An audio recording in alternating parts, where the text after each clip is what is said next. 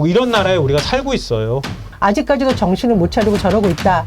정말 기가 막힙니다. 자랑스러웠던 우리 대한민국이 이렇게 되는 겁니다. 세계 각국에서요, 지금 이미 대한민국을 부끄럽게 지금 보고 있습니다. 이런 기사가 떴더라고요. 독일의 유력 일간지입니다. 베를리너 모르겐 포스트, 베를린 모닝 포스트 뭐 이런 거죠. 윤석열 대통령을 도널드 트럼프 전 미국 대통령에 빗대서 기사를 썼어요. 윤석열 대통령은 한국의 트럼프다. 왜 그렇게 썼을까요? 그 기사를 보면은요, 한국의 도널드 트럼프가 민주주의에 도끼를 놓고 있다. 도끼질을 하고 있다라는 거예요. 그러면서 윤 대통령은 자신을 비판하는 사람들을 침묵시키려고 노력한다. 윤 대통령은 자신에게 반박하는 사람을 싸워야 할 상대로 간주한다. 윤 대통령이 한국의 트럼프로 여겨지는 이유다. 또 윤 대통령은 가짜뉴스와의 전쟁을 선포했지만 이를 자신에게 비판적인 언론을 억압하는 데 활용하고 있다. 이렇게 보도했습니다. 국제연구보고서가 있습니다. 스웨덴의 예테보리 대학의 본부가 있는데요. 민주주의 다양성 연구소라고 하는 기관입니다. 지난 7일에 연례보고서 민주주의 리포트 2024를 공개했는데 그간 회복세를 보이던 한국의 민주주의가 다시 하락세로 돌아섰다. 이렇게 평가했습니다. 법치, 견제와 균형, 시민의 자유 이런 걸로 구성이 되어 있는데 여기에서 자유민주주의 지수 0.60을 받았습니다. 179개 나라 가운데 47위를 기록했습니다.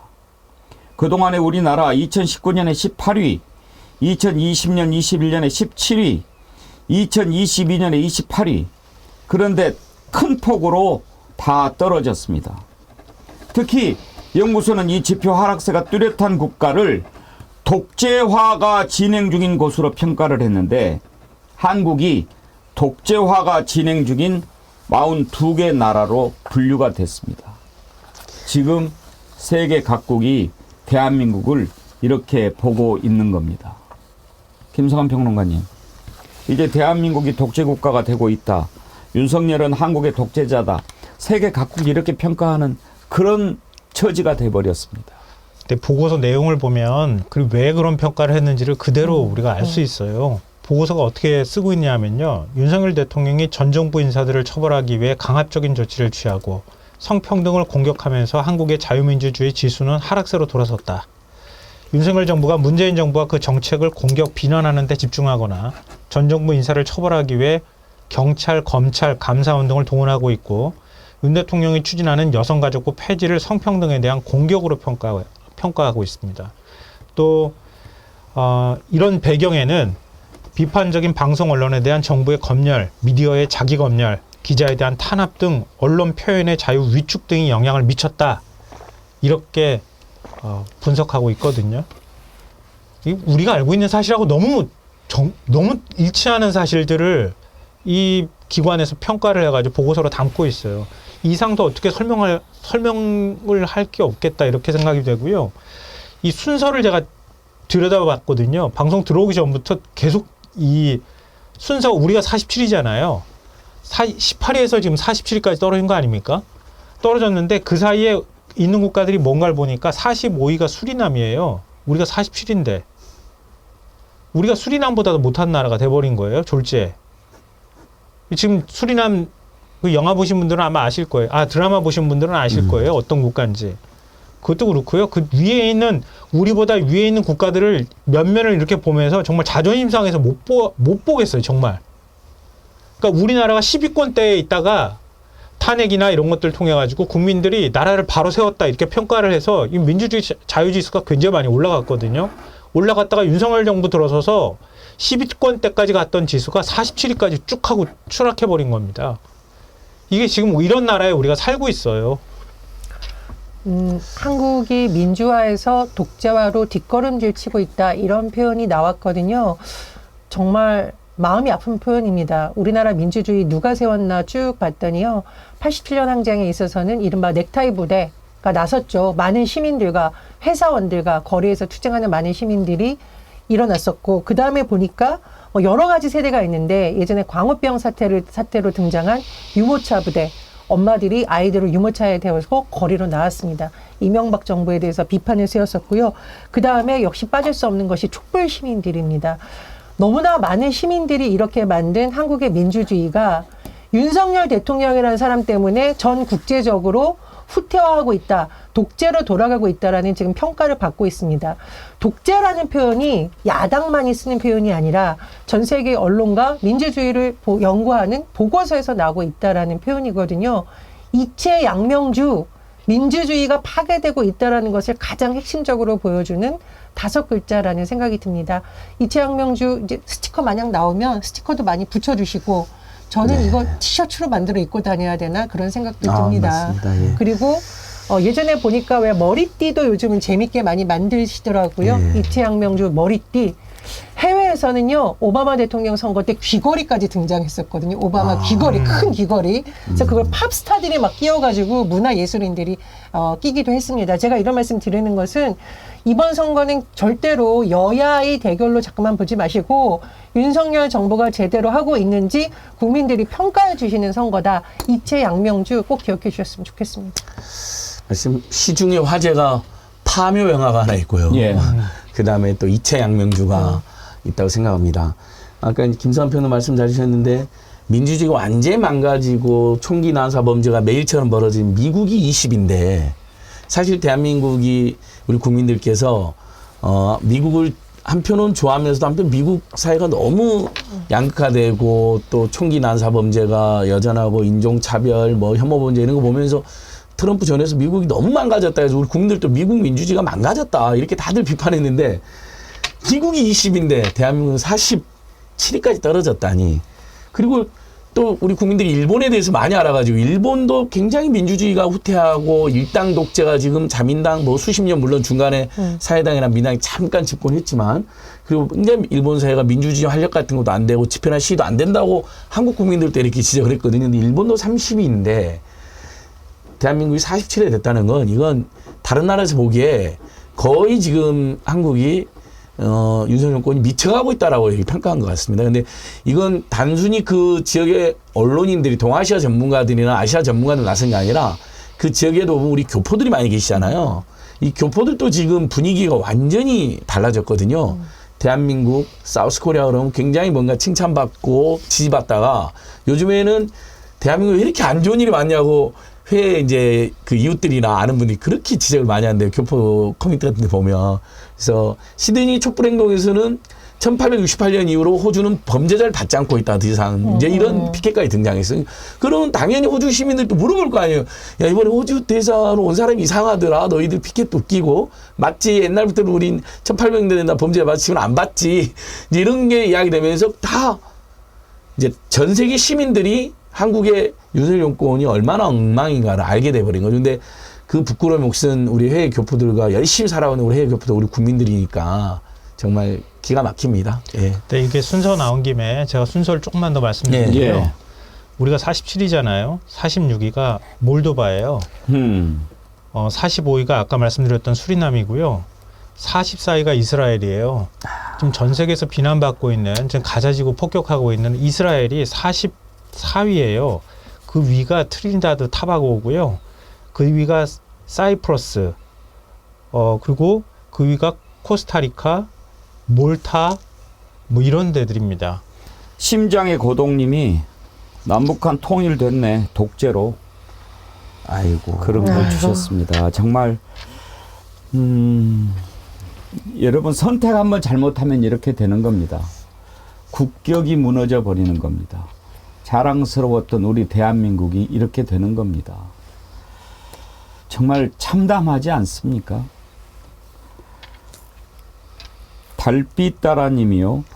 저도 이채양명주 디자인으로 점착 메모지를 만들어 보내드리겠습니다. 메모하며 자꾸 상기시켜야지요. 달빛따라님 아주 좋으신 아이디어인데요. 그리고 올빼미님께서는요. 이채양명주 차량용 스티커 제작합시다. 운전하면서도 여러 사람에게 알리기 좋을 듯합니다. 그런 아이디어 주셨네요. 그렇지 않아도 조사루스 조형래님이 10만 원이나 슈퍼챗 쏘시면서 대한민국 바로 세우기 위해 이채양명주 스티커 차량용 제작 사용해 주세요. 이렇게 하시니까 보수형님 TV도 스티커 제작 분노 릴레이 하시면서 10만 원 슈퍼챗 보내주셨는데 알겠습니다. 두 분 뜻 살려서 스티커 제작 한번 해보도록 하겠습니다. 그래서 널리 좀 알리도록 그렇게 하겠습니다. 이 나라가 이래서야 되겠습니까? 정말 부끄럽고요. 아까 어떤 분이 그런 걸 주셨는데 국방부 장관 했죠. 대사는 외교부 장관 밑에 있는 거 아닙니까? 물론 4대 강국 같은 경우에는 장관 출신이 가기도 합니다. 그런데 호주 대사 그걸 또 갑니까? 자식 보기는 안 부끄러울라나요? 자, 이제 총선이 딱 30일 남았습니다. 이제부터는 초읽기입니다. 지금까지는 아무것도 아니었을지 모릅니다. 이제 더 심한 장난, 더 심한 짓 할 겁니다. 지금 김건희 코빼기도 안 보이고 있는데 여러분 이거 하나 아셔야 됩니다. 김건희가 왜 안 나오는지는 여러분 다 이제 아시지 않습니까? 나오면 표 떨어지니까 안 나오겠죠. 그런데 김건희가 안 나오려면 설명이 있어야 됩니다. 이러이러함으로 이러이러한 반성을 하고 있다. 이제 반성하고 이러이러를 하겠다라는 절차가 있어야 됩니다. 그렇게 하고 안 보이면 그런가 보다 하는 거예요. 아무 설명이 없습니다. 설명한다고 하는 게 뭐였습니까? 박절하게 대할 수 없어서 그런 거 아니냐. 그걸 설명이라고 합니다. 국민들이 다 봤지 않습니까? 명품백 받는 그 모습, 가래침 뱉는 모습 다 봤지 않습니까? 그런데도 사과 한마디 하지 않습니다. 그렇게 하고 꽁 대가리 쳐박듯 숨어 있는 겁니다. 그러면 여러분, 자, 이번에 만약에 범민주 세력이 200석 이상을 획득을 해서 이 정권을 끝장을 내면 그때는 정리가 되겠지만 만에 하나 그렇게 안 된다면 어떻게 되겠습니까? 다시 당당하게 고개 쳐들고 나와서 돌아다닐 것 명약 관화하지 않습니까? 뻔하지 않습니까? 그 꼴을 볼랍니까? 볼 수 있습니까, 여러분은? 저는 자신 없습니다. 지금 모든 종편이 난리 부르스를 칩니다. 말도 안 되는 얘기를 떠들어댑니다. 정말 국민들이 알아야 할 것은 가립니다. 그래서 제가 여러분들께 신문도 보지 말고 방송도 보지 말고 종편은 보지 말라고 말씀드립니다. 제가 그렇게 말씀드렸더니 또 몇몇 또 어르신들 죄송하게 또 안 보고 계시니까 세상 돌아가는 거 모르겠다고 그러셔서 그래도요 여러분 정신 바짝 차려야 됩니다. 어제 민주당 이재명 대표 기자회견 했는데 참 많은 것을 생각하게 하는 기자회견이었습니다. 몇 가지 들어보죠. 4.10 심판의 날에 주권자인 국민 여러분이 나서 주십시오. 포기나 외면은 정권을 편드는 것입니다. 외로움을 참고 한탄할 것이 아니라 심판해야 합니다. 심판하면 바뀝니다. 심판해야 바뀝니다. 이번 총선은 국민의힘과 더불어민주당의 대결이 아닙니다. 반국민 세력 국민의힘과 국민의 대결입니다. 절체절명의 마지막 기회에 4.10 심판의 날에 반국민 세력을 심판하고 국민이 승리하는 도구로 더불어민주당을 사용해 주십시오. 정권 딱 중간에 있는 선거는 동서고금을 막론하고 다 중간평가요. 심판선거가 됩니다. 그동안 잘했다면 국민의힘을 찍으면 되는 것이고 이건 아니다. 진짜 너무한다. 해도 너무한다. 당장 몰아내야 된다. 당장 몰아내지는 못한다 하더라도 총선에서 혼내줘야 된다는 민심이면 강서구청장 같은 투표를 하시면 되는데 저는 당연히 강서구청 보궐선거 시즌2가 될 거라고 생각합니다. 저는 또 야권에도 이런 제안을 드려봅니다. 이슈가 너무 많은데 이체 양명주를 한 축으로 하고요. 지금 서민 중산층들은 슈퍼를 갈 때마다 마트를 갈 때마다 난리가 나거든요. 사과 한 알이 10,000원이 웬 말이냐. 못 살 때 가랍자 뭐 이런 말도 제가 만들어 봤는데 물가 폭등, 경제 폭망, 민생 파탄 이것을 한 달 동안 이걸 과장해서 하자는 게 아닙니다. 실제로 그러합니다. 모든 통계가 가장 지금 경제나 민생이 어렵습니다. 그 부분에 대해서 있는 그대로 국민들 알려서 이렇게 계속 3년을 더 사시겠습니까? 아니면 이 기조를 바꿔서 민생도 살리고 경제도 다시 회생시키고 이 물가 폭등으로 너무나 고통받는 국민들 거기다 고금리, 고물가, 고유가, 고금리가 지금 겹쳐져 있는데 이 문제에 대해서 어떻게든 대책을 만드는 계기를 만들겠습니까? 이제 이런 캠페인들이 저는 민심에 딱 부합한다 보거든요. 그래서 이체 양명주와 함께 물가 폭등, 경제 파탄, 경제 폭망, 민생 파탄 이 세 가지도 잘 이야기했으면 좋겠습니다. 김성환 평론가 이번 선거 정말 역사적으로 중요한 선거죠. 이채양명주 손가락 꼽으면서 얘기하고 네. 나머지 5손가락이 비전. 민생 문제였어요. 네. 네, 민생 문제에 있어서 우리가 지금 이렇게 물가 폭등이나 이런 것들 잡겠다, 주가도 더 많이 올려주겠다 여러 가지 얘기들을 했는데요. 그러니까 이게 진짜게 필요했던 거예요. 그러니까 뭐 사실은 이채양명주도 우리가 잊지 말아야 할 거지만 그냥 우리가 슈퍼만 가도 느낄 수 있고 그냥 주변만 돌아봐도 금방 알 수 있는 거예요. 지금 대한민국 국민들이 얼마나 살기 힘든지. 근데 우리가 정치라는 게 그래서 굉장히 무서운 건데요. 잠시 뭐에 씌인다 그러잖아요. 그러니까 선거 앞두고 난 다음에 한동훈이라는 사람한테 잠시 씌이는 경우도 생길 수 있고 뭔가 현혹되기도 하고 그런다는 거예요. 그러니까 그런 때마다 내 주변을 한번 돌아보시길 부탁드린다는 말씀 드리고 싶어요. 내 주변에 얼마나 많은 사람들이 한탄하고 있고 얼마나 많은 사람들이 힘들어하고 있는지 이거를 한번 돌아보시면서 투표를 하시면 어떨까 싶어요. 지금은 그게 딱 필요할 때가 아닌가 싶습니다. 얼마 전에 말도 안 되는 영상 올렸던 사람 기억나십니까? 국가인재개발교육원인가? 그 원장 맡고 있는 사람. 참, 어떻게 이런 사람을 국가인재를 교육시키는 자리에 두었는지 이해가 안 가는데 또 이런 소리를 해요. 한번 들어보십시오. 전쟁을 피하려면 전쟁을 준비하라 라는 역사적인 명언 그대로 대통령은 이미 전쟁을 준비하고 계시다는 말씀을 다시 드립니다.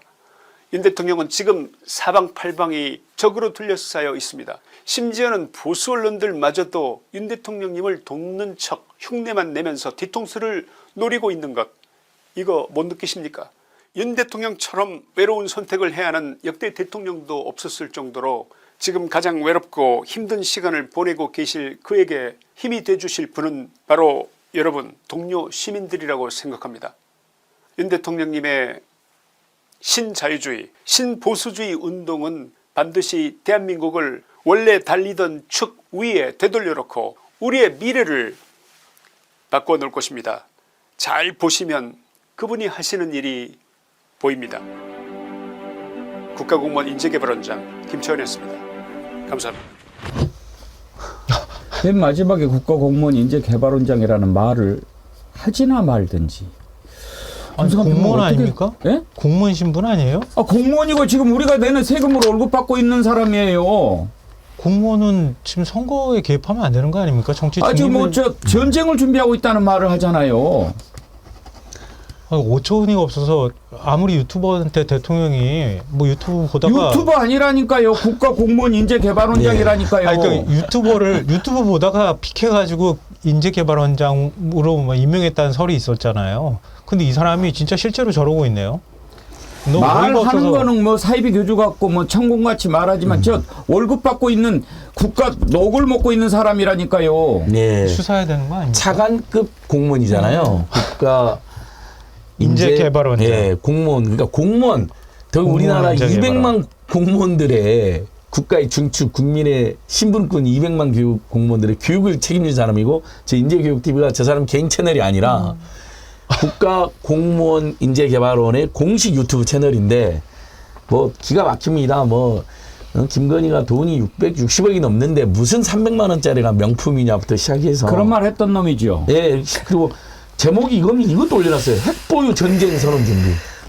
좀 미쳤. 그러니까 우리 헌법에는 보면 어쨌든 평화 전쟁을 하게 아니 평화 통일을 지향하게 되어 있고 전쟁은 우리 국민 다시는 대한민국 일어나서 안 되는 한번 이런 모두가 그걸 주장하고 있는데 정말 1% 0.001%도 안 되는 극우 극단 핵보유 전쟁을 하자는 자를 차관급 공무원에 앉힌 윤석열이 웃기지만 그렇다고 이것을 매일처럼 인재교육 TV에 올리고 있는 이 김치환이라는 자를 우리가 국민들이 용납할 수 있는 겁니까?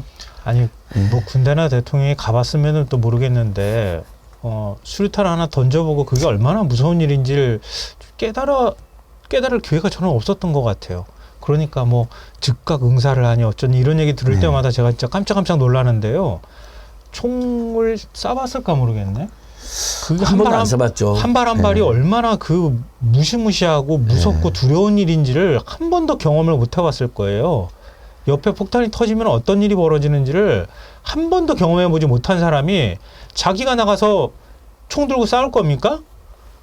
다 젊은 친구들 나가가지고 싸우라고 할 거 아니에요. 아니, 무슨 전쟁 준비를 하라고 합니까? 우리 애들 다 죽으라는 얘기예요? 지금 방송에서 김건희 여사의 여사를 안 넣었다고 하는 어처구니 없는 일로 징계를 운운하는 나라에서 국가공무원 인재개발원장이 공무원의 정치적 중립이라는 가장 중요한 의무를 저버리고 이런 것을 하는 데에서 정부가 손을 놓고 지금 사실상 봐주고 있는 거 아닙니까? 봐주고 있는 건지 아니면 잘한다고 박수를 쳐주고 있는 건지 너무 의심스러운데 이 사람이 임명될 때부터 논란이 일었단 말이에요. 옛날에 뭐 촛불 집회나 촛불 할 때 중국에서 개입한다는 등 문재인 정부에서 군인들을 대상으로 뭐 생체 실험을 한다라는 취지의 요약을 해서 이미 사실 임명 단계 때부터 논란이 일었습니다. 근데 그 뒤에 또 논란이 일어나가지고 경질해야 된다는 말까지 나왔는데 아직까지도 정신을 못 차리고 저러고 있다. 그리고 정부는 이에 대해서 어떠한 조치도 제대로 취하지 않고 있다. 이게 말하는 이게 나라입니까? 아니면 이게 무슨 극우 유튜버의 나라인가요? 아니요. 저는 그냥 잡아가야 되는 거예요. 그냥 현행법 위반이잖아요, 저거는. 근데 수사를 우리는 검찰을 쥐고 있으니까 저런다고 해도 된다고 어디서 생각하는 거예요? 잡아가겠습니까? 공수처가 잡아가겠습니까? 검찰이 잡아가겠습니까?